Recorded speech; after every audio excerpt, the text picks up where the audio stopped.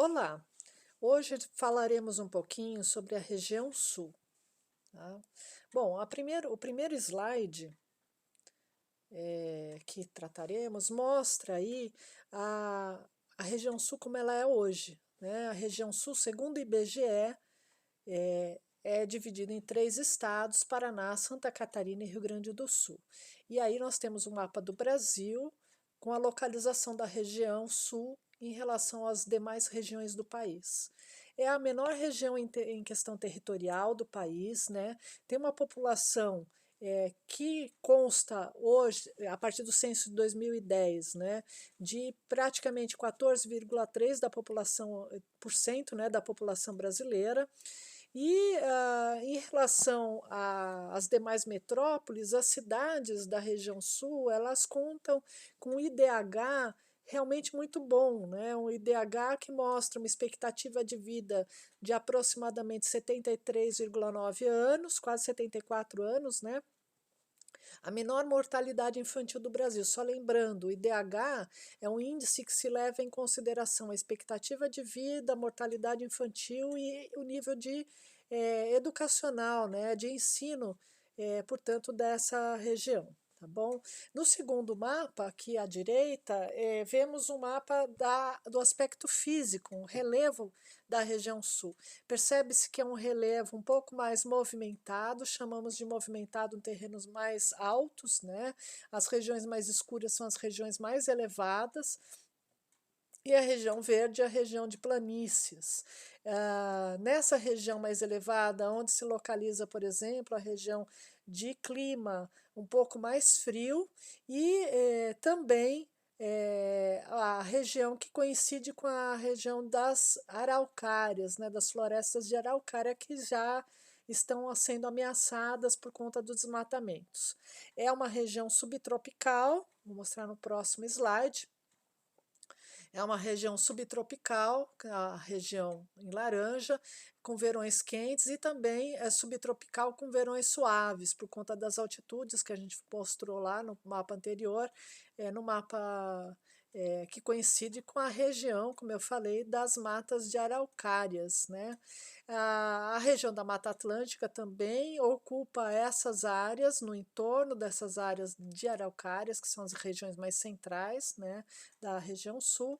E temos aí também a região dos campos. O Rio Grande do Sul contém áreas de campos naturais, onde houve grande ocupação para a criação da pecuária extensiva, né?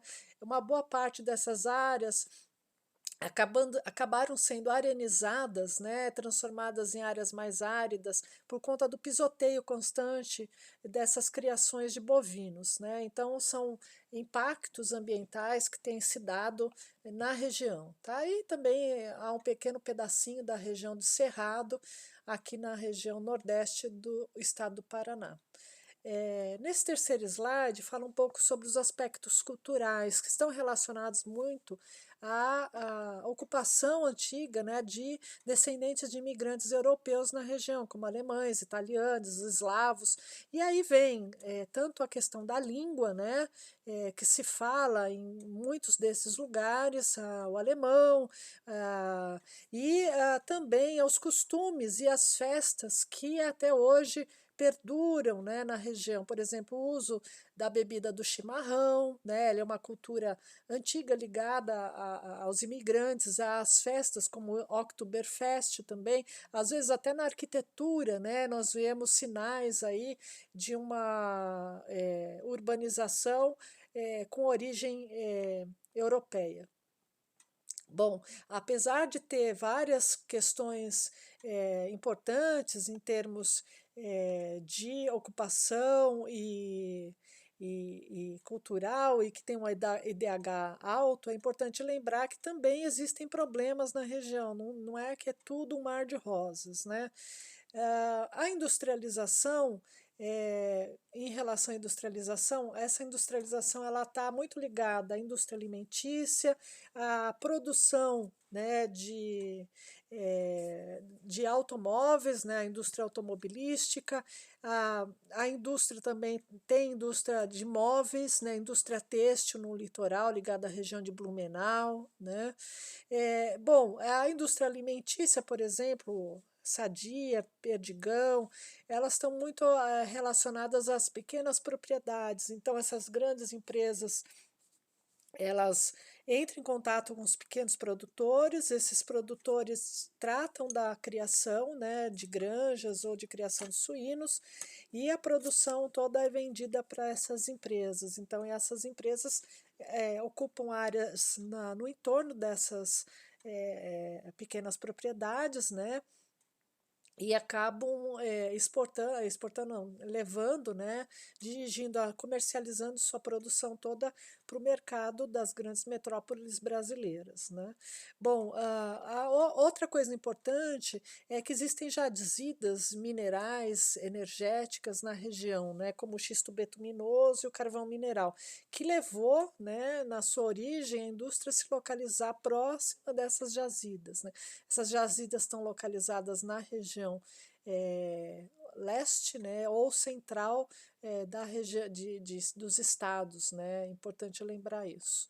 Ah, aqui é um outro mapa que fala sobre as atividades econômicas e a questão do uso, né, aliás, do saneamento básico frente aos outros, as outras regiões do país. Nós podemos ver que existe uma boa parte de coleta, né, de saneamento de esgoto coletado na região sul, mas ainda também não contém índices ainda que sejam realmente significativos, ou seja, como eu falei, existem problemas ainda na região sul para serem sanados. Ah, em relação às outras ilustrações, só para lembrar o processo de ocupação, né? A região sul começou com o processo de ocupação ligado à questão do ouro e depois também a questão da produção pecuária, que acabou se deslocando para a região sul, né? Extremo sul do Rio Grande do Sul. Como vocês veem nessa ilustração, é uma área com pequenas propriedades, com variados tipos de produtos agrícolas, né, dentre os quais a gente pode citar os grãos, né, trigo,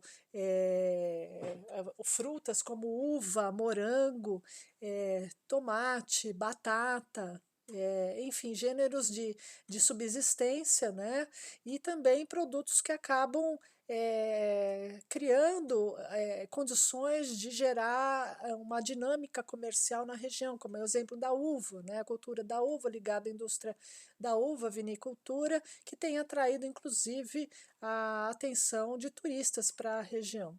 Então, cidades que foram fundadas por italianos, como Garibaldi, Bento Gonçalves, uma cidade muito conhecida pela vinicultura, pelo turismo ligado à vinicultura, Caxias do Sul e cidades alemães como Joinville, Blumenau, Brusque, são exemplos de lugares que usam, portanto, essa agricultura, a policultura, né? Aqui só tem um dado sobre Covid, né, da região sul, que seria interessante se levantar aí as políticas públicas que estão associadas ao menor número de casos do sul do que em outras regiões de São Paulo, a produção cafeeira que avançou no norte do Paraná, né, e que também atraiu imigrantes japoneses e colonos europeus e brasileiros. A indústria do papel e celulose também é importante na região, né, bem como a indústria têxtil, como eu falei, a região de Blumenau, por exemplo, que produz uma malharia significativa, né, em termos brasileiros. Bom, aqui existe a foto da floresta de araucária e aqui um mapa da região das araucárias. A araucária é uma espécie ameaçada de extinção e considerada de preservação permanente pelo Código Penal brasileiro.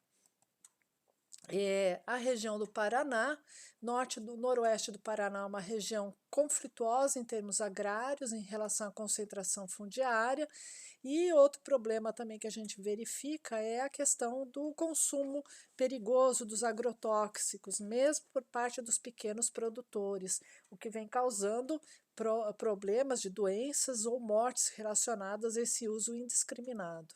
Aqui nesse outro mapa, nós falamos um pouco sobre a questão das bacias hidrográficas, da importância, né, dessas bacias e da construção de Itaipu para geração de energia elétrica para uma boa parte do parque industrial brasileiro. E aqui no estado de Santa Catarina, só ilustrando um pouco sobre essa policultura, né? E sobre o extrativismo mineral, que é bastante importante na região do Vale do Tubarão, né? O carvão mineral que ocorre na área. Então, Santa Catarina é famosa pela produção de fumo, trigo, maçãs, de uvas e da produção, criação de suínos. A região da região do Rio Grande do Sul, nós não podemos esquecer, né, a questão da produção vinícola, a indústria do fumo, né, a indústria de cigarros, como a Souza Cruz, e a indústria petroquímica. Também a região é famosa pela pecuária, né, a uva aqui novamente, e a questão da exploração mineral na região central de São Jerônimo e Butiá. E a produção de soja que vem crescendo fortemente na região do Rio Grande do Sul, o que tem promovido até a concentração de terras nessa área. Aqui um problema ambiental destacado para a região que está ocorrendo a arenização no sul do Rio Grande do Sul, derivado de problemas relacionados à criação da pecuária, o pisoteio constante do gado nessas áreas, a pecuária extensiva, e aí o processo de arenização aumentando nessas áreas do Rio Grande do Sul. Bom, por hoje é só, espero que vocês tenham relembrado sobre a discussão que tivemos.